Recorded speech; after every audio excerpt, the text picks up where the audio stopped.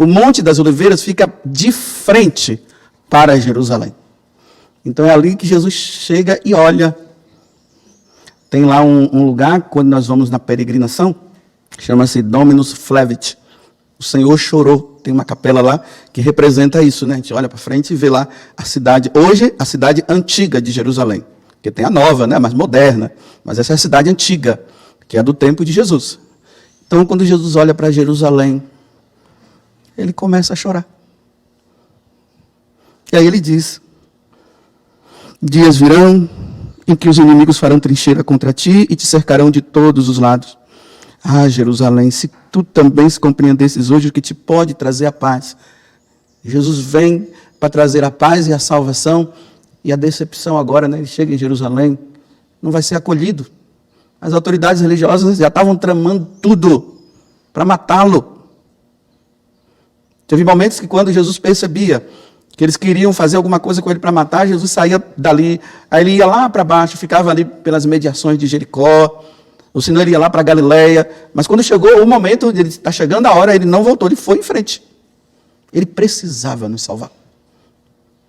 Ele precisava, era necessário que ele morresse para que as portas dos céus se abrissem para nós, como está aqui na primeira leitura, que aquele que é digno de abrir o selo foi aquele que derramou o sangue pela nossa salvação, nosso Senhor. Aquela multidão que João viu diante do trono de Deus, muitos foram salvos, compreenderam. Mas aqui, olhando pelo lado humano ainda, olha, dias virão em que os inimigos farão trincheiras contra ti. Nos anos 70, o general Tito, um romano, ele vem em direção a Jerusalém e destrói Jerusalém. Destrói o templo. É por isso que hoje não se tem mais o templo, tem o muro das lamentações que o pessoal fala, né? Só ficou uma parte desse muro. O templo foi destruído. Aquele templo que tem hoje lá, o Domus da Rocha, foi tomado pelos muçulmanos. Não é o templo de Jerusalém. O templo de Jerusalém não tinha aquele formato. Então, o general Tito vem e destrói. Leva a Minorá. A Minorá era aquele candelabro de 7 pontas que ficava dentro do templo para clarear o templo, né? Por isso que Jesus diz: eu sou a luz do mundo, apontando para a Minorá quando ele estava lá dentro. Tudo foi destruído. A Arca da Aliança nunca mais apareceu.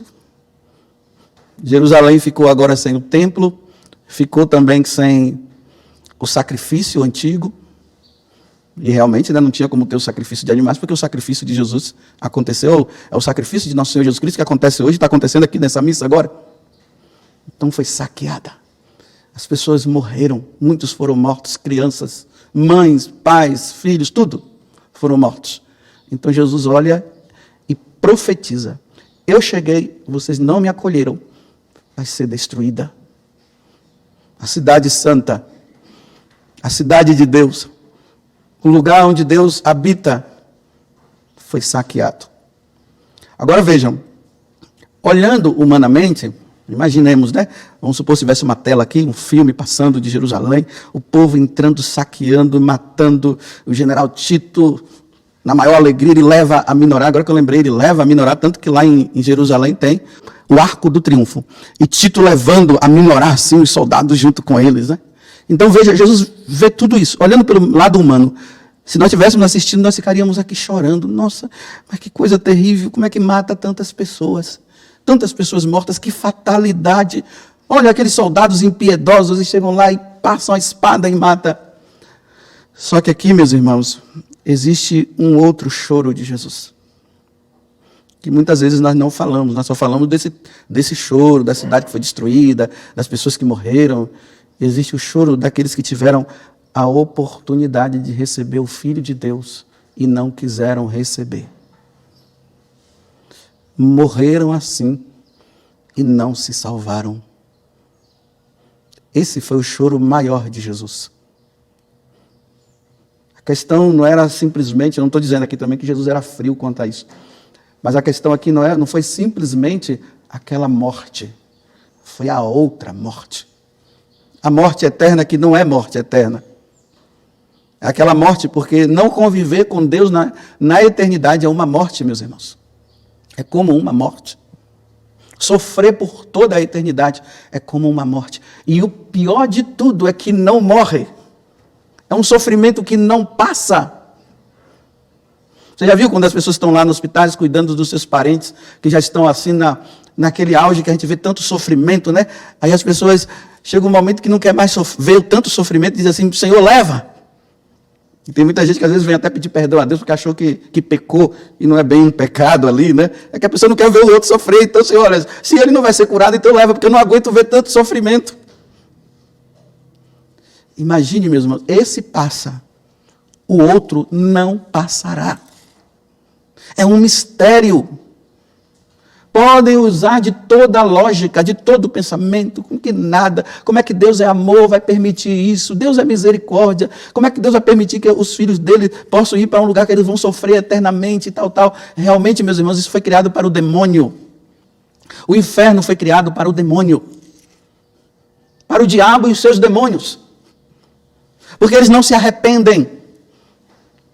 Porque se eles chegassem a se arrepender, eles poderiam até sair de lá.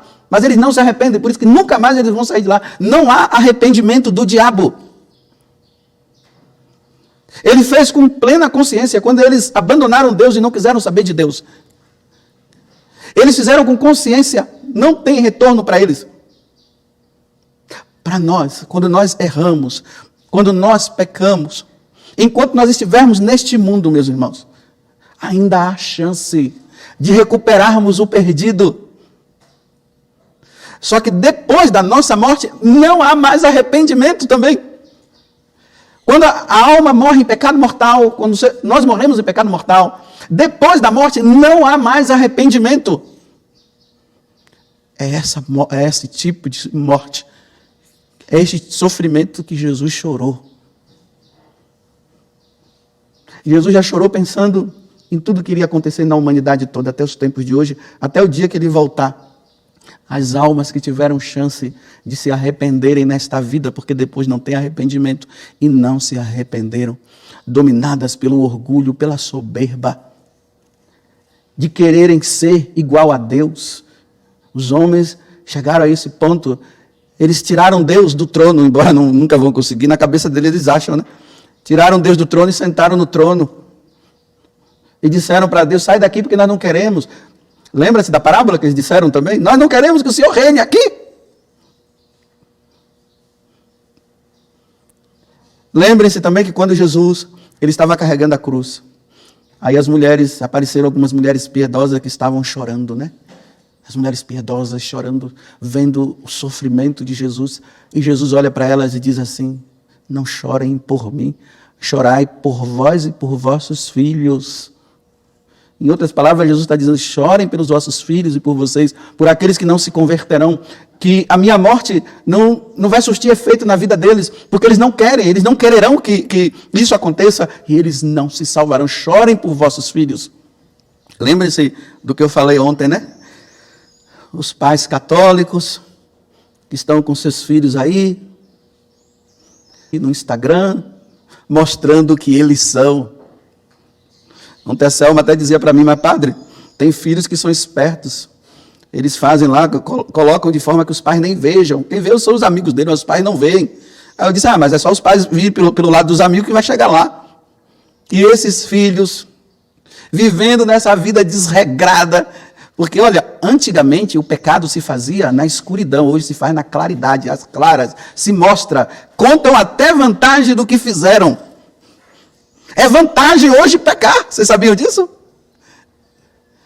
Quem não peca é prejuízo. Tem que pecar e tem que mostrar o pecado. Então estão lá os nossos filhos mostrando, usando drogas. As meninas contando vantagens. Abri 3, abri 4. Tomei remédio. Olha, eu saí com fulano e saí com ciclano. Nossa, foi bom demais. Deus não existe, eu não creio em Deus, não, isso é conversa fiada. É por isso que Jesus olha para a sua igreja e chora. Tiveram a oportunidade da conversão, da mudança de vida e não quiseram. Pais mostrando os seus filhos, né? Aquela criança que quis mudar de sexo e os pais dizendo, já que eles quiseram, né, nós vamos fazer tudo. Aí mostra aquela criancinha, né, aquele adolescente, aí mostra os dois lados, né? quando ele tinha a fisionomia de homem, agora com fisionomia de mulher. Ou vice-versa, aí contando vantagem. O homem que agora quer ser Deus. Deus os fez homem e mulher, porque quem nos criou foi Deus. Deus os fez homem e mulher, e os homens estão dizendo, agora é nós que escolhemos. Sim, se o Senhor existe, não tem problema. Nós fomos criados sim, mas agora é eu que escolho. Eu não quero ser homem, eu quero ser mulher. Eu não quero ser mulher, eu quero ser homem. Aí mostra aquela menina com cara de menina, com cara de mulher, e agora com barba no rosto e contando vantagem. E dizendo que nós estamos no tempo da modernidade, porque o homem evoluiu. Não, o homem não evoluiu, não. O homem, ele evolui quando ele tem Deus como Senhor. O homem evolui quando ele coloca Jesus Cristo como centro da sua vida. Aí o homem evolui. É por essas pessoas que Jesus chora. Chora pela igreja, pelos sacerdotes, a infidelidade dos sacerdotes, a infidelidade dos religiosos, das religiosas, a infidelidade dos missionários, a infidelidade dos casais, a infidelidade dos políticos, dos nossos governantes. Deus chora.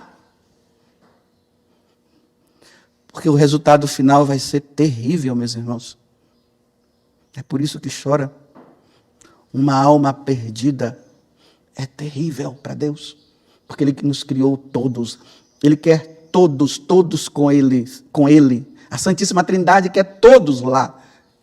Mas infelizmente muitos se perderam. Muitos estão se perdendo. E muitos se perderão. Mas só que esses que estão se perdendo e os que se perderão, ainda há chance de mudança de vida. Eu sei que tem muita gente chorando quando vai no velório, né? E chora. Chora de saudade daquela pessoa, porque realmente nesse mundo não vai se encontrar. Mas quem é que está chorando por saber que nunca mais se encontrarão, porque não se salvou, se perdeu?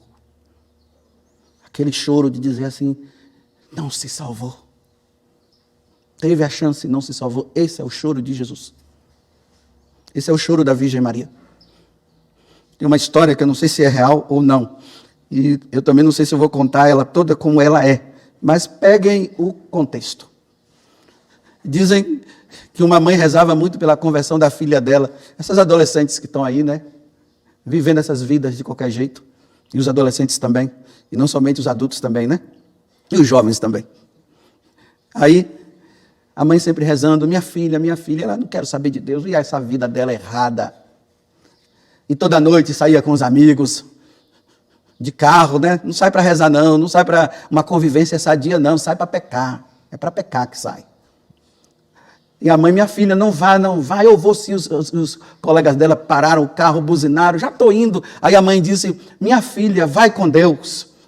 Já que não tinha jeito, né? Você vai com Deus, pelo menos indo com Deus, poderá acontecer alguma coisa. Aí ela, lá de dentro do carro já, deu uma risada para a mãe e disse assim para a mãe, eu não sei se...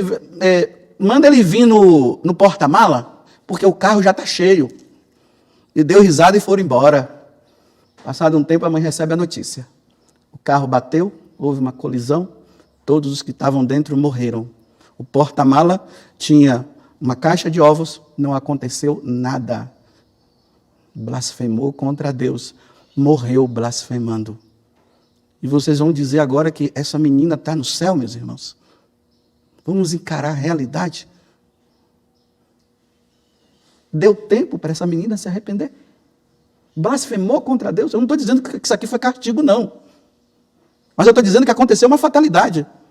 E como ela blasfemou dizendo, não tem lugar para ele aqui não, que ele vá no porta-mala, o porta-mala ficou bonzinho, o carro estragou todo. E para confirmar que Deus estava lá, entre aspas, porque Deus também está em todo lugar, os ovos não quebraram, não.